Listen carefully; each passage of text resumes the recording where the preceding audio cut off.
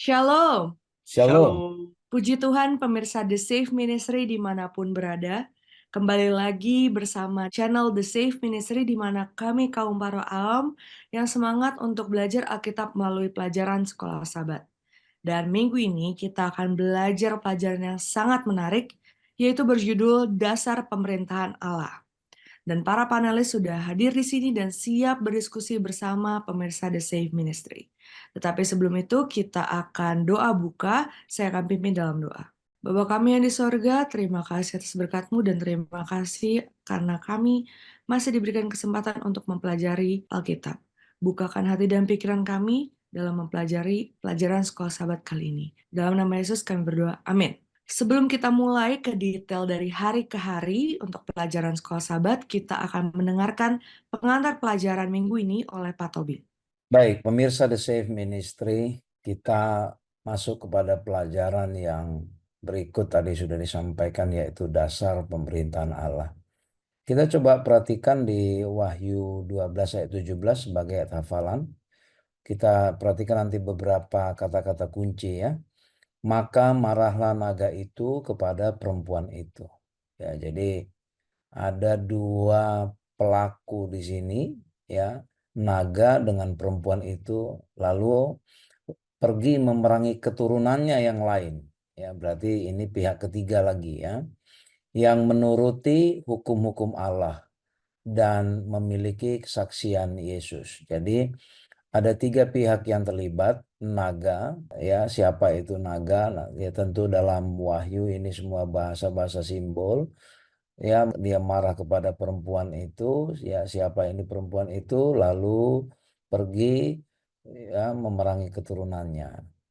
Apa apa persoalan di antara mereka ini ya, lalu atas dasar apa keturunannya diperangi ya, karena keturunan dari perempuan itu menuruti hukum Allah dan memiliki apa? Kesaksian Yesus. Ya, jadi nanti kita coba lihat bagaimana kaitannya dengan dasar pemerintahan Allah terkait dengan ayat hafalan ini.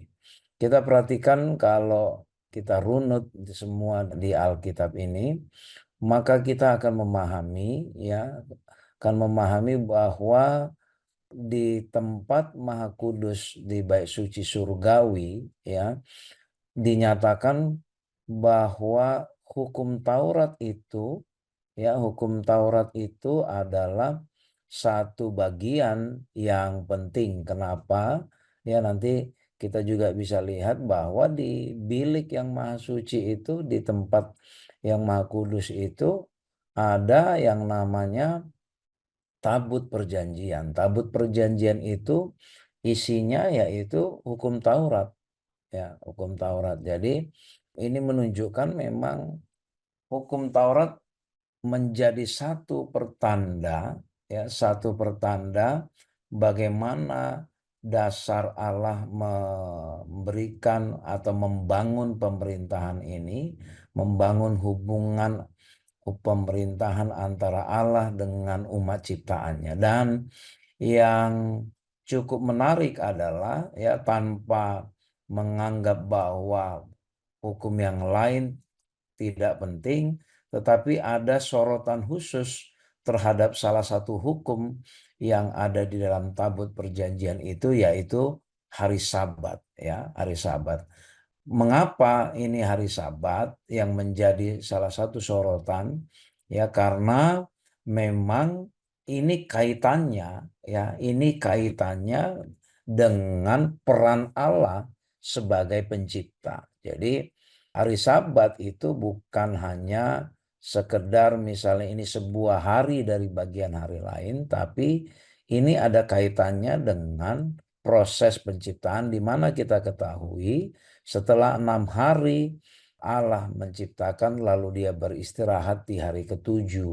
Ya, dia beristirahat di hari ketujuh, dia memberkati hari ketujuh itu sebagai hari peristirahatan. Dan itulah salah satu pertanda bahwa pengingat ya, pengingat bahwa Allah adalah pencipta karena dia sudah berhenti di hari yang ketujuh. Jadi ini salah satu tujuan iblis ya sejak awal, bagaimana supaya umat manusia ciptaan Allah ini kita tidak menyembah Allah ya. Maka caranya ya dia rongronglah hukum Allah karena secara eksplisit, secara jelas, ya Allah menyatakan hari Sabat itu di hukum Taurat. Ya, jadi dia benci sekali itu dengan hukum Taurat, terutama dengan apa? Dengan masalah hari Sabat. Inilah salah satu yang diributkan di dalam konflik kosmis di akhir zaman ini. Jadi pelajaran 1 minggu ini nanti kita lihat bagaimana hubungan bait suci, hukum Allah, lalu hari Sabat, dan krisis-krisis yang akan datang. Demikian, Saudari Beatrice dan pemirsa The Safe Ministry. Baik, Pak Tobing. Pemirsa The Safe Ministry, sebagai topik pertama kita akan mempelajari mengenai bait suci dan hukum. Pak Tobing, apakah bisa menjelaskan apa hubungannya bait suci dan hukum? Baik, coba kita selidiki salah satu ayat ya di Wahyu 11 ayat 19. Maka terbukalah bait suci Allah yang di sorga, dan kelihatanlah tabut perjanjiannya di dalam bait suci itu, dan terjadilah kilat dan deru guruh dan gempa bumi dan hujan es lebat. Jadi kepada Yohanes kekasih ditunjukkan satu penglihatan bait suci Allah yang di sorga. Ini terlepas apakah bait suci itu dalam bentuk fisik atau simbolis ya, itu di dalam penglihatan Yohanes ini terlihat di dalam bait suci itu ada apa? Tabut perjanjian. Dan kita tahu pada waktu di zaman Israel dulu ya, di dalam bilik yang maha suci itu ya diletakkan tabut perjanjian yang dijaga 2 kerub ya. Lalu apa isinya di dalam? Isinya yaitu hukum Taurat. Dan inilah kalau orang Israel dulu berpindah kemahnya, ini selalu dibawa ya, selalu dibawa, dan tabut perjanjian ini selalu diletakkan di dalam bilik yang maha kudus atau maha suci itu. Nah, di hari tertentu yang disebut hari pendamaian ya, hari pendamaian, tabut perjanjian ini menjadi satu hal yang memegang peranan penting ya, memegang peranan penting. Di dalam tempat yang maha kudus inilah ya imam besar masuk ya, imam besar masuk, lalu dia percikan ya, dia percikan darah ya, dia percikan darah ke tabut emas itu di inilah disebut tutup pendamaiannya, lalu dia percikan darah untuk apa? Untuk menyucikan bait suci dari sorga. Kegiatan itu melambangkan apa? Kehadiran Allah ya, kehadiran Allah dinyatakan ada di dalam kemuliaan Shekinah yang di atas tutup pendamaian. Jadi Shekinah itu ada malaikat yang bercahaya ya, yang menjaga tabut perjanjian itu. Supaya apa? Kan tadi dikatakan bahwa tabut emas itu melambangkan apa? Melambangkan pendamaian. Apa sih yang disebut pendamaian? Imam besar itu melakukan pengantaraan ya, pengantaraan. Dia mengantarai, membawa dosa-dosa umat ya, yang mereka sudah membawa korban yang sudah disembelih di pelataran bait suci, lalu diantarai ya, itulah yang dibawa oleh imam besar ini masuk ke bilik yang maha suci ya. Ini menunjukkan apa? Menunjukkan bahwa hanyalah karena belas kasihan Allah kepada manusialah ya, kepada manusia, maka apa? Maka kita diselamatkan. Di dalam hari pendamaian itu, dosa-dosa kita itulah yang dibawa oleh imam itu untuk minta diampuni, agar diampuni oleh Allah. Jadi artinya ya, artinya ketika dulu orang Israel membawa korban ya, itu kan tak karena mereka menyadari mereka berdosa, lalu daftar dosa mereka itulah yang dibawa oleh imam besar itu untuk dimintai pengampunan melalui apa? Melalui imam itu memercikkan darah di tutup tabut perjanjian emas itu. Itulah yang disebut hari pendamaian. Jadi apa hubungan bait suci dan hukum? Kalau kita lihat di sini bahwa proses, ingat ya, bahwa di dalam bait suci itu mulai dari pintu masuk di pelataran, lalu semua proses di pelataran bait suci, semua proses di bilik yang suci, dan semua proses di bilik yang maha suci itu, ya, itu semuanya melambangkan apa? Melambangkan satu sosok, yaitu Yesus, ya, yaitu Yesus.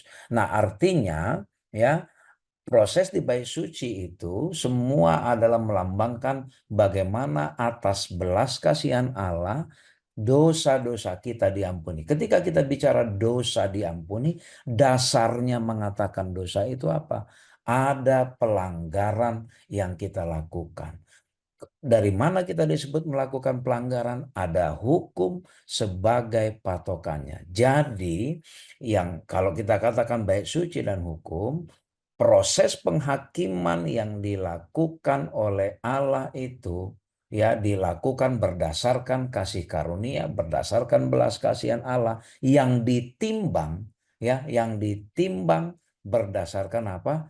Isi dari hukum yang Tuhan tegakkan bagi kita. Itulah pentingnya hukum ya, itulah pentingnya hukum di bait suci. Nah, sekarang mungkin bisa saja kita mengatakan bahwa kan bait suci sudah tidak ada. Semua proses sudah selesai oleh kematian dan kebangkitan Yesus. Iya, betul. Namun kita sekarang sedang berada dalam proses penghakiman. Ya, bagaimana Allah sedang menghakimi kita, tentu menghakiminya melalui apa?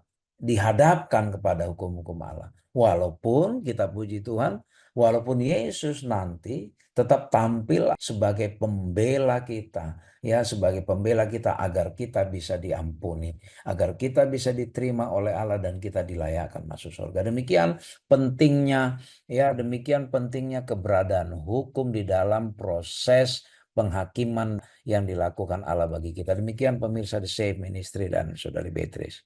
Baik, Pak Tobing. Selanjutnya, sebagai dasar pemerintahan Allah yang juga sangat penting mengenai hukum Allah. Dan pada kali ini, topiknya adalah membahas kekekalan hukum Allah. Pak Fajar, apa yang dimaksud dengan hukum Allah yang kekal? Boleh dibantu uraikan? Baik, Beatrice dan pemirsa The Safe Ministry ya. Kita sudah tahu bahwa hukum Allah itu adalah bersifat kekal adanya. Dan tentunya gereja Advent mengikuti apa yang dilakukan oleh para pembaharu Protestan pada waktu dulu yang berjuang ya, hanya kembali kepada Alkitab saja yang menjadi satu dasar bagi kepercayaan umat-umat Kristen pada waktu itu.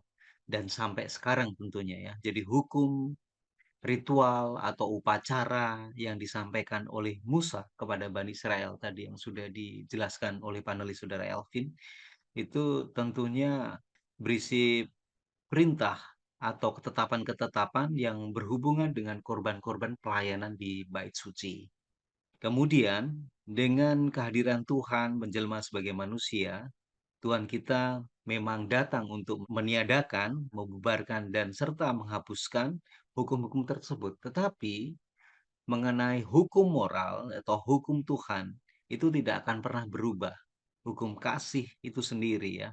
Jadi 10 hukum yang dinyatakan di dalam hukum Taurat itu akan tetap tetap ada untuk selama-lamanya. Bahkan di dalam kitab Matius 5, Yesus sendiri sudah menegaskan, khususnya ayat yang ke-17, Matius 5 ayat 17. Janganlah kamu menyangka bahwa aku datang untuk meniadakan hukum Taurat atau kitab para nabi. Aku datang bukan untuk meniadakannya, melainkan untuk mengenapinya. Jadi apa yang berubah, apa yang sudah digugurkan ya. Jadi tentang upacara-upacara pengorbanan. Dengan matinya Yesus di atas kayu salib, kemudian tirai itu dia sobek. Berarti upacara-upacara yang pernah dilakukan di bait suci itu sudah tidak berlaku lagi. Tetapi hukum Tuhan adalah kekal adanya. karena Yesus sudah menyatakan bahwa dia datang untuk menggenapinya. Baik, mari kita coba bandingkan juga dengan apa sih yang menjadi satu dasar pemerintahan daripada Tuhan ya, selain daripada hukum Allah. Karena kita tahu bahwa sifat daripada Tuhan itu adalah penuh kasih. Mari kita baca dalam Keluaran 34 ayat yang ke-5 sampai 7. Turunlah Tuhan dalam awan, lalu berdiri di sana dekat Musa serta menyerukan nama Tuhan. Berjalanlah Tuhan lewat dari depannya dan berseru, Tuhan, Tuhan Allah, penyayang dan pengasih, panjang sabar, berlimpah kasihnya dan setianya, yang meneguhkan kasihnya kepada beribu-ribu orang, yang mengampuni kesalahan, pelanggaran, dan dosa, tetapi tidaklah sekali-sekali membebaskan orang yang bersalah dari hukuman, yang membalaskan kesalahan bapa kepada anak-anaknya dan cucunya, kepada keturunan yang ketiga dan keempat. Artinya apa? Meskipun Tuhan yang kita sembah itu memiliki satu sifat kasih setia ya, kemudian Tuhan kita juga memiliki pengampunan, mengampuni orang yang selalu bersalah. Dan yang menarik adalah bila mana Tuhan menemukan orang-orang yang melanggar dan melakukan satu perbuatan dosa, sekali-sekali dia tidak membebaskan orang bersalah dari hukuman itu. Artinya ada satu ketetapan, ada satu aturan ya yang harus ditegakkan. Bagi mereka yang meminta pengampunan akan memperoleh satu keselamatan.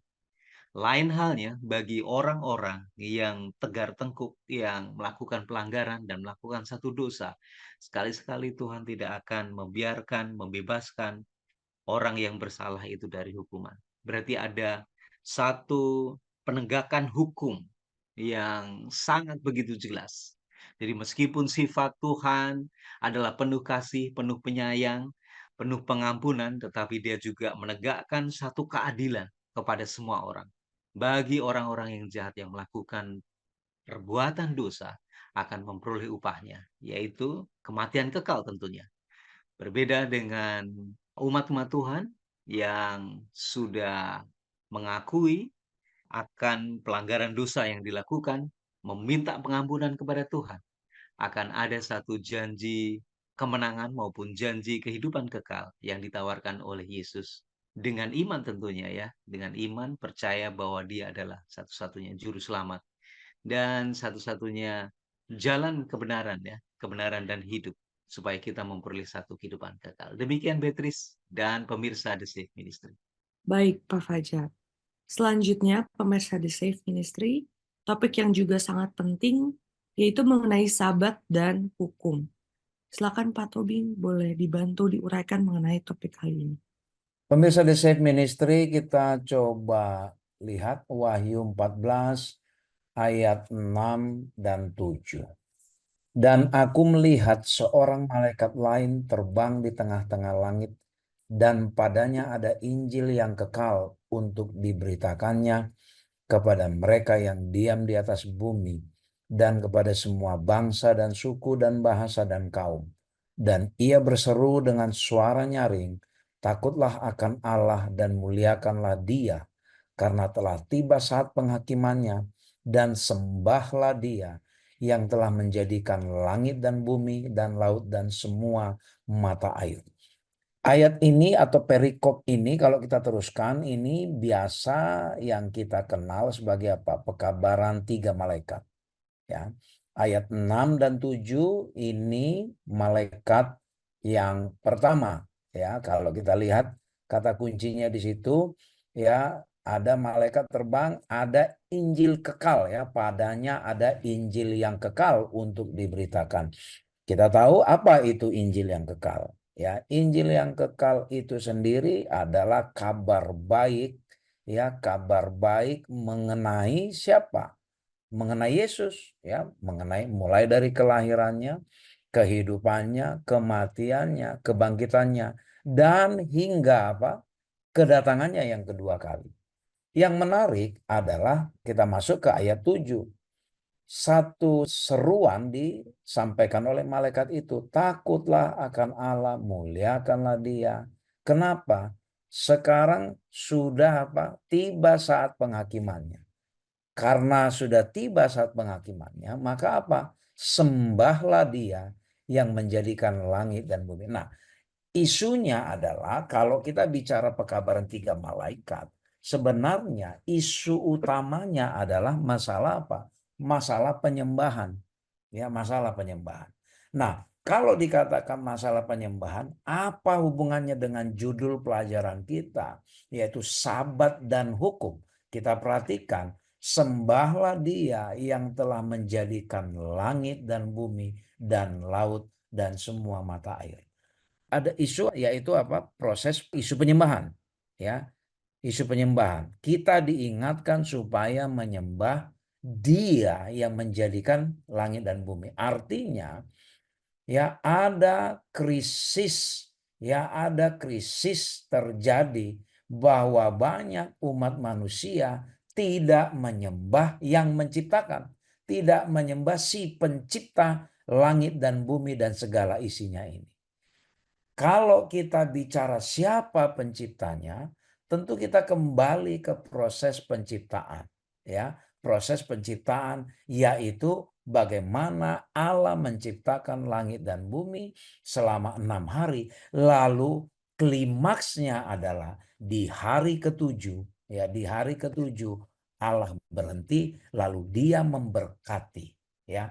Nah, disinilah isu itu terjadi. Ya, disinilah krisis itu terjadi. Bahwa Allah sendiri sudah memberkati, ya, beristirahat dan memberkati hari Sabat, hari ketujuh, supaya menjadi teladan bagi kita, ya, supaya menjadi teladan bagi kita. Ketika Allah sudah menetapkan ini sejak di Taman Eden, ya, sejak di Taman Eden, kepada nenek moyang kita di hari yang ketujuh mereka beristirahat, ya, mereka menyembah Allah. Dan itulah isunya sampai sekarang. Peperangan kosmis di akhir zaman ini adalah isu penyembahan. Ada banyak orang yang menyembah Allah bukan di hari yang ditetapkan oleh Allah itu. Jadi hari Sabat ketika kita bicara pekabaran 3 malaikat, kita akan kembali ke proses penciptaan. Ketika kita bicara penciptaan, kita akan diingatkan kepada satu hari di mana Allah berhenti, yaitu di hari ketujuh. Dan hari ketujuh ini ditetapkan oleh Allah sebagai salah satu hukum dari sekian hukum yang dibuat. Kalau kita perhatikan di Keluaran 20 ayat 8 sampai 11, ditegakkan kembali, ingatlah dan kuduskanlah hari Sabat. Itulah esensi, ya, esensi hari Sabat, ya. Mengapa ini menjadi sesuatu yang dijadikan serangan oleh iblis? Karena apa? Kalau kita menyembah Allah di hari Sabat, maka kita mengakui Allah sebagai pencipta. Setan mau, ya, iblis mau kita tidak mengakui Allah sebagai pencipta. Maka caranya apa? Dibuyarkanlah pemahaman kita, maka hari apapun boleh kita menyembah. Ya, nggak apa-apa. Memang benar hari apapun kita boleh menguduskannya, datang kepada Allah untuk menyembah. Namun ada satu ketentuan yang Allah sudah tentukan untuk mengasingkan salah satu hari di hari yang lain. Lalu mulai dibuyarkan setan pengertian umat manusia ini bahwa semua hari bebas saja kita. Mulailah hilang pengertian apa tadi? Bahwa ada satu hari yang diasingkan. Sabat adalah simbol istirahat, bukan simbol bekerja. Sabat adalah apa? Simbol kasih karunia. Ya, simbol kasih karunia, bukan simbol legalis, ya. Jadi jangan menjadi kita salah mengerti. Kenapa disebut simbol kasih karunia? Karena Allah sendiri, yaitu Yesus, itulah kasih karunia itu, dan Yesus sendiri, ya, sebagai bagian dari pencipta ini sangat menghormati hari Sabat. Lalu Sabat adalah apa? Simbol jaminan, bukan simbol penghukuman. Jadi jangan kita melihat bahwa hari Sabat ini, wah, ini adalah lambang supaya kita dihakimi. Tapi bukan. Ini adalah satu jaminan bahwa kita mengakui bahwa kita adalah ciptaan Allah. Dan Sabat adalah simbol kebergantungan kita kepada Allah untuk keselamatan kita, bukan kepada diri kita sendiri. Kenapa? Karena Sabat diciptakan oleh Allah, dan Allah Bapa, Allah Anak, ya terutama Yesus sendiri sebagai kasih karunia itu juga sangat menghormati hari Sabat. Ketika dia di dunia pun dia menghormati hari Sabat. Oleh karena itu, betapa pentingnya kita kembali, ya, kita kembali ingat pekabaran 3 malaikat. Kenapa begitu sangat penting? Karena isu terbesar di dalam pekabaran 3 malaikat adalah penyembahan. Setan menyerang pemahaman kita, ya, agar kita tidak menyembah Allah sebagai pencipta, ya. Maka dia mau serang itu hari Sabat supaya kita secara sadar maupun tidak sadar kita tidak mengakui Allah sebagai pencipta. Demikian pemirsa The Safe Ministry dan Beatrice. Melanjutkan dari pembahasan Pak Tobing mengenai hari Sabat, kita ke judul pembahasan berikutnya yaitu mengenai tanda binatang. Pak Fajar, boleh diuraikan dan dijelaskan hal-hal penting apa yang kita perlu ketahui mengenai tanda binatang? Baik, pemirsa The Safe Ministry ya, tentunya pembahasan kita semakin menarik ya. Sudah dijelaskan tentang hukum Allah sebagai hukum yang sangat kekal, kemudian kaitannya dengan bait Allah, kemudian hari Sabat yang sangat begitu penting ya. Dan kita sekarang membahas tentang masalah tanda binatang ini. Mengapa tanda binatang ini selalu muncul? Selalu muncul ya. Mari kita coba baca dalam Wahyu pasal 12 ayat yang ke-12. Karena itu bersukacitalah hai surga dan hai kamu sekalian yang diam di dalamnya. Celakalah kamu hai bumi dan laut. Karena iblis telah turun kepadamu dalam geramnya yang sangat dahsyat. Karena ia tahu bahwa waktunya sudah singkat. Pada akhir zaman tentunya setan akan berusaha semakin gencar ya. Gencar untuk mempengaruhi umat-umat Tuhan supaya mereka itu melanggar ketetapan atau hukum Allah itu sendiri. Dan pertikaian ini, konflik ini sebetulnya sudah terjadi semenjak di surga ketika Lucifer berusaha untuk menyamai yang maha tinggi ya. Tentunya ada satu keinginan secara pribadi supaya Lucifer itu juga disembah. Ini mengenai masalah penyembahan. Jadi ada satu kecemburuan ya, ada satu kecemburuan iri hati ketika Lucifer ini mengetahui bahwa dia tidak dilibatkan dalam hal penciptaan seluruh alam semesta dan khususnya tentang bumi kita, planet bumi kita. Dia menginginkan bahwa dia juga turut serta untuk disembah. Di dalam kitab Yesaya menyatakan bahwa dia mengatakan, aku hendak mengatasi ketinggian awan-awan, hendak menyamai yang maha tinggi. Artinya dia ingin disembah. Ini mengenai masalah penyembahan.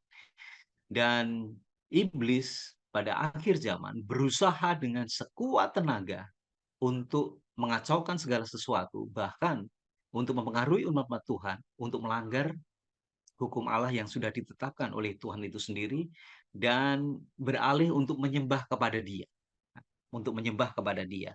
Dan salah satu dari hukum Tuhan yang berkaitan dengan masalah waktu ya, itu adalah hari Sabat. Tadi sudah dijelaskan oleh panelis saudara Elvin. Hari Sabat sangat begitu penting sekali, di mana kita ditunjukkan kepada siapa kita harus menurut. Apakah kita akan menurut kepada yang memiliki otoritas, yaitu Tuhan sebagai pencipta, yang menetapkan hari Sabat ini menjadi satu hari perhentian, hari yang dikuduskan oleh Tuhan oleh karena dia sudah menyelesaikan pekerjaannya, ataukah kita menuruti hari Sabat yang lain. Dan pada akhir zaman, setan berusaha untuk mengubah waktu dan hukum. Mengubah akan waktu hari Sabat, hari yang ketujuh, itu menjadi hari yang pertama pada minggu itu. Jadi jelas sekali di sini kita lihat Beatrice dan pemirsa The Safe Ministry, ini bukan masalah yang begitu ringan ya, tetapi masalah yang sangat berat. Siapa yang akan patut kita sembah? Siapa yang memiliki satu otoritas untuk menetapkan hukum Tuhan ini, yaitu hari Sabat, hari yang ketujuh yang perlu disembah? Ataukah kita memilih hari Sabat yang lain, yaitu hari pertama atau hari Minggu yang ditetapkan oleh setan itu sendiri? Ketika kita memilih dan salah memilih, tentunya kita juga tidak mengakui akan otoritas Allah itu sendiri.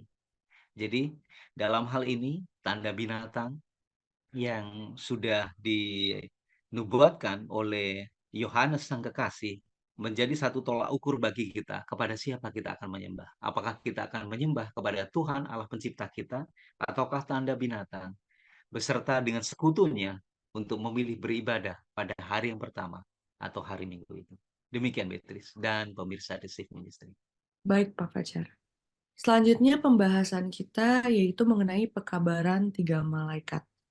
Apa yang perlu kita ketahui, Pak Fajar, mengenai pentingnya pekabaran 3 malaikat? Ya, Beatrice dan pemirsa The Safe Ministry, kita melanjutkan kembali bahwa dasar pemerintahan Allah itu adalah hukum Tuhan itu sendiri yang kekal adanya ya. Jadi itu sangat mandatori. Dasar pemerintahan Allah adalah hukum Tuhan. Hukum Tuhan itu adalah penuh kasih ya, penuh pengampunan, dan kita mau menuruti akan kehendak Tuhan apa yang dinyatakan. Yang menarik adalah di dalam pekabaran 3 malaikat ini, khususnya dalam Wahyu 14 ayat 7, itu adalah pekabaran malaikat yang pertama, itu berseru dengan suara yang sangat nyaring. Mari kita coba baca Wahyu 14 ayat 7. Dan ia berseru dengan suara nyaring. Takutlah akan Allah dan muliakanlah dia karena telah tiba saat penghakimannya. Dan sembahlah dia yang telah menjadikan langit dan bumi dan laut dan semua mata air. Artinya bahwa pelajaran ini mengingatkan kita kembali kepada pencipta yang sesungguhnya, yaitu adalah Tuhan Allah sendiri sebagai pencipta langit dan bumi. Dan dia yang patut kita muliakan, yang patut kita sembah, yang patut kita turuti. Karena hukum Allah itu menyatakan bahwa kita harus menjadi seseorang yang menuruti akan hukum Tuhan. Kalau memang kita mengasihi, ya, Yohanes mengatakan, jika engkau mengasihi aku, turutilah segala perintahku. Perintah yang mana? Yaitu perintah hukum Tuhan yang patut kita turuti. Jadi pada pekabaran 3 malaikat, khususnya pekabaran malaikat yang pertama, ada satu nasihat bagi kita semuanya. Takutlah akan Tuhan dan muliakan, pujilah namanya, karena saatnya sudah tiba masa penghakiman ini. Tadi juga dijelaskan oleh penulis Saudara Elvin pada pelajaran yang hari Minggu tentang bait suci, di mana penghakiman itu sudah dimulai. Pada saat ini penghakiman, pemeriksaan sudah dilakukan. Apakah kita mau mengambil keputusan? Apakah kita mau menurut kepada Tuhan? Atau justru menyembah binatang itu? Atau bertentangan dengan apa yang dinyatakan oleh Tuhan itu sendiri? Nah, bagi kita, pekabaran 3 malaikat ini menjadi satu tonggak ya, khususnya supaya kita dapat boleh melihat bagaimana Kristus itu berada di dalam kehidupan kita dan kita hidup dengan kasih karunia dan ketaatan kepada Tuhan. Menyembah Sang Pencipta bertentangan langsung dengan menyembah binatang dan diekspresikan dalam menaati perintah-perintah Allah. Dan tentunya konflik terakhir mengenai kesetiaan kepada Kristus atau kesetiaan kepada kuasa binatang berpusat pada penyembahan ini. Dan inti dari pertentangan besar antara yang baik dan jahat adalah hari Sabat. Pemirsa The Safe Ministry, hari Sabat menjadi satu isu ya yang menjadi satu pertentangan ya antara yang baik dan jahat. Apakah kita mau menuruti hukum Tuhan ataukah kita menuruti akan kehendak daripada setan. Nah, para pengikut juru selamat yang berkomitmen tidak hanya memiliki iman di dalam Yesus, tetapi mereka juga akan memiliki iman dari Yesus. Apa yang dimaksud dengan iman daripada Yesus? Yesus memiliki satu komitmen ya, dia menjelma sebagai manusia, kemudian dia rela untuk meninggalkan tahtanya dan menjelma menjadi manusia, dia mati, dia bangkit, kemudian dia naik ke surga dan dia menjalankan misinya untuk melakukan pengadilan pemeriksaan dan dia menjadi perantara bagi kita. Iman dari Yesus inilah menjadi motivasi bagi kita supaya kita tetap beriman kepada Yesus juga di dalam Yesus, iman di dalam Yesus maupun iman daripada Yesus, biarlah itu berada di dalam kehidupan kita dan kita berkomitmen untuk tetap setia kepada hukum Tuhan sebagai dasar pemerintahan Allah. Demikian Beatrice dan pemirsa The Safe Ministry. Baik, Pak Fajar. Tidak terasa kita sudah berada di ujung diskusi kita. Kita akan mendengarkan kesimpulan dari Pak Tobing. Baik, pemirsa The Safe Ministry, kalau kita perhatikan pelajaran 1 minggu ini, bahwa dasar pemerintahan Allah itu dibangun atas dasar kasih. Walaupun terjadi pelanggaran dosa yang dilakukan oleh manusia, tapi Allah tetap menjalankan pemerintahannya ini berdasarkan kasih. Dan itu sudah terbukti bagaimana Allah memberikan Yesus sebagai kasih karunia. Dan Allah sangat punya intensi yang sangat tinggi kepada kita manusia, agar kita mengasihi Dia, agar kita menyambut kasih-Nya, agar kita tidak melanggar apa hukum-hukumnya. Tentu sebagai Allah yang penuh kasih, yang membangun pemerintahan yang berdasarkan kasih, Allah juga tentu memiliki satu keadilan, yaitu semua pelanggaran ya akan ada konsekuensinya. Kita nanti akan dihakimi. Ya, kita nanti akan dihadapkan kepada satu penghakiman. Oleh karena itu, Allah memberikan hukumnya kepada kita, ya, sebagai rambu-rambu bagi kita agar kita tidak melenceng dari kasih Allah. Dan di dalam salah satu hukum itu ada satu hukum yang sangat esensi, karena hukum inilah yang mengingatkan kita selalu kembali kepada Sang Pencipta kita, di mana Allah ketika Dia menciptakan 6 hari, Dia berhenti di hari ke-7, dan Dia mau ya kita mengingat Dia, mengasingkan hari ini sebagai pertanda kita mengingat Pencipta kita. Dan setan tidak mau kita mengakui Allah sebagai Pencipta. Oleh karena itu setan selalu berusaha merusak pemahaman kita, merusak keyakinan kita agar kita tidak mengakui Allah sebagai Pencipta kita. Kita puji Tuhan, belas kasihan Allah dinyatakan bagi kita walaupun kita sudah jatuh ke dalam dosa. Allah menciptakan mekanisme bait suci yang semuanya itu melambangkan kasih karunia. Dan di dalam bait suci itu nyata jelas ada satu tabut perjanjian yang berisikan 10 hukum Taurat, dan ada satu yang lebih mendapatkan perhatian, yaitu hukum yang keempat mengenai hukum hari Sabat. Mengapa ini perlu? Karena inilah selalu yang diserang oleh setan. Dan Nabi Allah, Rasul Allah mengingatkan di dalam pekabaran 3 malaikat agar kita menyembah Allah, karena memang setan membuat kita manusia ini menyembah Allah dengan cara yang salah.